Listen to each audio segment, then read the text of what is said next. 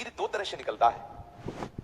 एक तो जो घातक है वो उसी के शरीर से निकलेगा जिसने हस्तमैथुन किया है या गंदी क्रियाएं करके बच्चापन से ही वीर को नष्ट किया है। जैसे 12-13 वर्ष की अवस्था है और उस अवस्था से आप अपने कुसंग के कारण वीर का नाश कर रहे हैं, तो कुछ वर्षों तक हस्तमैथुन करने वाला या अन्य गंदी चेष्टा करने वाला ये नहीं जान पाता है कि इसके द्वारा मेरी हानि हो रही, वो नहीं समझ पाता, क्योंकि जीवनी शक्ति भगवान अपनी तरफ से देते हैं। वो बिल्कुल ना खाए और हस्तमैथुन करे तो भी उसको समझ में नहीं आएगा। कुछ समय के बाद जब उसकी स्थायी जीवनी शक्ति से क्षीण होना प्रारंभ हो जाएगा, तब उसे वो लक्षण जो हस्तमैथुन करने से नाश ऐसे उस प्रसंग में बताया गया, वो लक्षण उसके जीवन में उत्पन्न होने लगते हैं। ये जो हस्त क्रिया के द्वारा शक्ति का नाश करते हैं, ये प्रतिक्षण काम से युक्त रहते हैं। इनके हृदय में वही चिंतन चलता रहता है।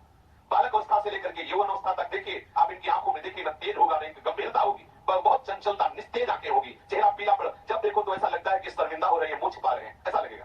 पहला लक्षण है। दूसरा, कुछ इतने निखल्ले ऐसे दिखावटी स्वभाव के, आंख में, अकड़ में, गर्मी में रहते हैं, ये वीर शक्ति के नाश का लक्षण है। गंभीरता नहीं, शांति नहीं, उदारता नहीं, धैर्य नहीं है, वो अपने को बड़ा दिखाना चाहते हैं, ये सब उसके नाश के लक्षण है।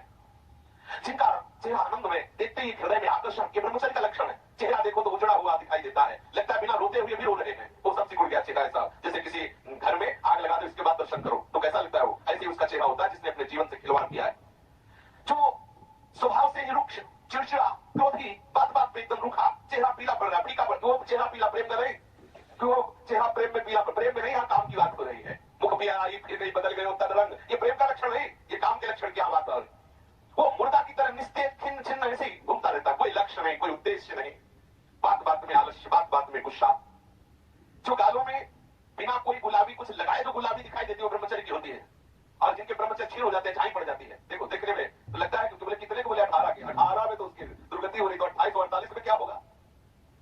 जो काले दाग चेहरे में पड़ने लगते हैं, आंखें धसी नजर आती हैं, गाल पीले नजर आते हैं, नाक के आसपास काले काले दाग यहाँ ऐसे प्रकट हो जाते हैं, ये सब लक्षण है जो उन्होंने अपनी शक्ति का नाश कर दिया। जो इस वीर शक्ति का नाश करते हैं, बिना बुढ़ापे के सारे लक्षण बुढ़ापे गुण में होते हैं। कमर में दर्द है, चला नहीं जा रहा, थोड़ी चढ़ाई में हांफने लगे, अवस्था कितनी बोले 18 की।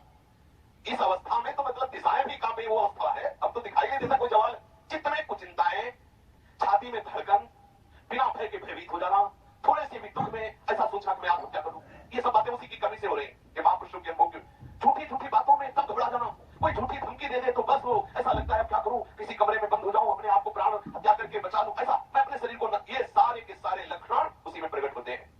जो ब्रह्मचर्य का नाश करता है, नींद आना या सोना तो कुंभकर्ण की तरह, मुर्दे की तरह सो जाना, आलस्य, जरा देर में वो निरुत्साहित बातें, आंखों में जलन, भारीपन, ये सब स्वप्न दोष अधिक होना, ये सब उसी के लक्षण है जो आपने गलतियां की है। अब यदि वो किसी संग के प्रभाव से हस्तमैथुन बंद कर देता है तो उसका वीरपात होगा। अगर वो 3 दिन में वीरपात करता रहा है तो 3 दिन में वीरपात होगा, पक्का होगा, क्योंकि उसका अभ्यास बन गया है। अगर आप ठीक नियम से चलेंगे तो 6 महीना लगेंगे आपको उसको कवर करने में, 6 महीना लगेंगे। और अगर आपने प्रमाद स्थिति की, वो तो निकल ही जाता है, फिर हमको करने से क्यों मना किया जाता है, तो आप देख लेना कुछ समय बाद आपकी हालत बहुत गंभीर हो जाएगी, जो आप बता भी नहीं पाएंगे किसी से। क्या गंभीर हो जाएगी, आप ऐसे ही साधारण क्रियाओं में ब्रह्मचर्यहीन हो जाएंगे।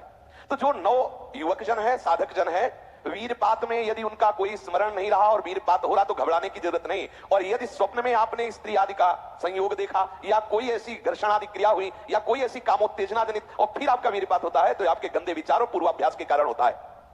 यह बहुत ही गंदी बीमारी है जो आपको अंदर ही अंदर खोखला करती जाएगी। पहली बात, इस स्वप्न दोष से निकलने के लिए हस्तमैथुन को पूर्णतया बंद कर दिया जाए। अगर आप सदग्रस्त भी हो चुके हैं तो कुछ महीने के लिए आप अखंड ब्रह्मचर्य का नियम लें, जब तक आपका वीरपात होना ठीक ना हो जाए। आप वो हानिकारक जो कामोत्तेजना बढ़ाने वाले भोजन है उनको छोड़िए, जैसे अत्यधिक नमक, बहुत कड़वी लाल मिर्च, और जैसे बहुत ही वो मीट मसाला आदि जो बहुत ही कड़वा तीखा, ऐसा गरम मसाला, और बिल्कुल गर्मा गर्म भोजन। ये आपके स्वप्न दोष के ठीक होने की बात है। यदि आप स्वप्न दोष से बचना चाहते हैं तो अत्यधिक नमक, बहुत कड़वी मिर्च, बहुत ही वो उष्ण गर्मा गर्म भोजन, बहुत गर्म मसाले से बना हुआ भोजन, और अत्यंत खट्टी चटनी, जैसे इमली की है, कच्चे आम की चटनी है, और मांस। ये जो लोग कहते हैं कि मांस ताकतवर होता है, तुम्हारी चर्बी बढ़ा देगा, ताकत नहीं। ताकत कहते हैं संकल्प शक्ति को। ताकत शरीर शक्ति प्रधानता नहीं होती, संकल्प शक्ति का एक महात्मा पूरे समुद्र को अंजुली में पी गया। देखो, संकल्प शक्ति, शरीर की शक्ति एक सीमित शक्ति है, संकल्प शक्ति एक महान शक्ति है। जो ब्रह्मचर्य से युक्त होता है उसकी संकल्प शक्ति बढ़ती है। भले आप मांस खा के मोटी चर्बी और आप व्यायाम करके दिखा सकते हैं कि देखो मैं ब्रह्मचर्य क्षीण करता हूं लेकिन बलवान हूं, लेकिन आप आत्मशक्तिहीन है। वो आपका मोटा हो जाना बलवान नहीं है, आपके सुंदर सुंदर मांसपेशियां निकल आना वो बल नहीं है। आप शक्ति, बलवान वो है जो आए हुए आंतरिक वेगों को सह जाए, आए हुए आंतरिक वेग को जो सह गया वही बलवान है। ये जो मछली, अंडा, मांस खाते हैं, ये कभी इस रोग से मुक्त नहीं हो पाएंगे। और जो लोग कहते हैं मैं तो खाता हूं, मेरे अंदर नहीं, विश्वास मत मानना, पक्का झूठा है वो। जो शराब पीता है वो अपने वीर को पवित्र नहीं रख पाएगा। चाहे गृहस्थ हो, चाहे व्यापारी हो, चाहे किसी भी तरह की स्थिति में हो, सावधान हो जाओ, ये शराब आपके जीवन को नष्ट कर देगी। ब्रह्मचर्य में अपने आप एक उन्माद है, थोड़ा अंगूर, मीठे संतरा, सेव, अनार, ये स्वास्थ्यवर्धक वस्तुएं आप ले सकते हैं, लेकिन ऐसे वस्तु जो आपके ब्रह्मचर्य को नष्ट करें, ये पहले भोजन छोड़ें। ध्यान दीजिए, आप पहले ऐसे व्यक्ति का संग छोड़ें जो हस्तमैथुन कराने के लिए उत्साहित करे, या जो गंदे आचरण में, चाहे वो स्त्री साधक हो या पुरुष साधक, दोनों सावधान। ये रोग एक में ही नहीं होता, ये रोग दोनों शरीरधारियों में होता है। कामोत्तेजना दोनों को आती है। गंदे संग के कारण दोनों साधक गंदी आचरण कर बैठे हो, दोनों इस रोग से पीड़ित होते हैं। पुरुष तो इस रोग को प्रकट कर देता है, माताएं बहनें इस रोग को प्रकाशित नहीं कर पाती, लेकिन पीड़ित होती है इस रोग से। यदि सावधान उपासक न चले तो चाहे स्त्री शरीर हो चाहे पुरुष शरीर, उसको कष्ट होता है। दूसरी बात इसमें सहयोग है 4 बजे उठना।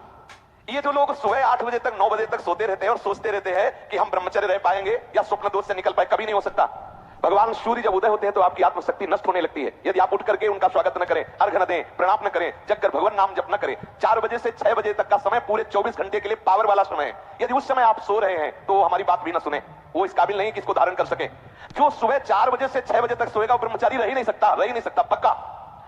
कुछ लोगों को लगता है कि 1-2 बजे ही स्वप्न दोष हो जाता है, 4 बजे की आवश्यकता नहीं। तुमने गलत आदतें की, तुमने अपनी नस नाड़ियों को इतनी घर्षण शक्ति से कमजोर कर लिया है कि रोकने की क्षमता नहीं रखी। तो आपको उदास नहीं होना, ऐसा भोजन छोड़ो, ऐसा संग छोड़ो और 4 बजे जगो। जगने पर तत्काल आप बासी पानी पिए, तांबे के पात्र में रखा हुआ पानी, और लीटर 2 लीटर पिए। ऐसा ना करें कि आप एक गिलास में छोटा कस की पीजिए। अगर उल्टी हो जाती तो और अच्छा है, आप पी के तो देखिए। वज्रासन में बैठकर जल पीजिए, फिर थोड़ा टहलिए, सोच जाइए। आप गृहस्थ हो, विरक्त हो, कोई भी हो, अगर आप शुद्ध ब्रह्मचर्य रहना चाहते, स्वप्न दोष से निपटना चाहते, तत्काल व्यायाम कीजिए। 30 मिनट कम से कम, दंड है, बैठक है, और भी आसन है योगियों ने बताए हैं। और फिर 20 मिनट कम से कम प्राणायाम कीजिए, कपालभाति, अनुलोम विलोम आदि जो भी आप सीख पाए। और इसके बाद 30 मिनट तक कोई खान पान ना कीजिए। प्राणायाम व्यायाम के 30 मिनट तक ना आप चाय पीजिए ना पानी। चाय तो बड़े बूढ़ों की बात है, आपका शरीर रोगी हो तो चाय की जरूरत क्या है। ब्रह्मचारी अपने आप में इतना चाय होता है कि उसे जरूरत ही नहीं दूसरे किसी गर्म पदार्थ पाने की। अब ये सावधानी रखिए कि जैसे आजकल बहुत बड़ा खतरनाक चल गया है स्मार्ट मोबाइल, इंटरनेट। उसमें क्या है कि बहुत से बच्चे विषयाकर्षण के कारण गंदी फिल्में, जिनमें हमारा शास्त्र आदेश करता है किसी भी पक्षी को भोग करते ना देखे, भागवत अन्य शास्त्र भी आदेश करते कोई भी जीव यदि भोग कर रहा हो तो हम ना देखें, और हम मनुष्यों का भोग देखें उसमें। और हम सोचे कि हमारा आप कोई क्रिया ना करो, केवल गंदे वो भोग संबंधी चित्र देख लो, तो आपके मन में जो संस्कार बन रहे हैं, जो कामोत्तेजक भाव बन रहे हैं, वो आपको ब्रह्मचर्य नहीं रहने देंगे। सोते जागते उठते बैठते आपका वीर स्खलित हो जाएगा। ये स्त्री संबंधी, पुरुष संबंधी, भोग संबंधी वार्ता हमारे अंदर संस्कार डालती है और हम समझ नहीं पाते। वो हमारे अंदर ऐसी अग्नि पैदा करती है जिससे वीर शक्ति स्खलित हो जाती है। कभी हम सोच में बैठे लघु शंका में तो सबसे पहले वीर स्खलित हो गया। अब आपको लगेगा कि ये रोग है, रोग नहीं, आपकी गलती है। आपने जो गलत चिंतन किया, क्रिया नहीं की, लेकिन स्खलित हो जाती है। कभी हम सोच में बैठे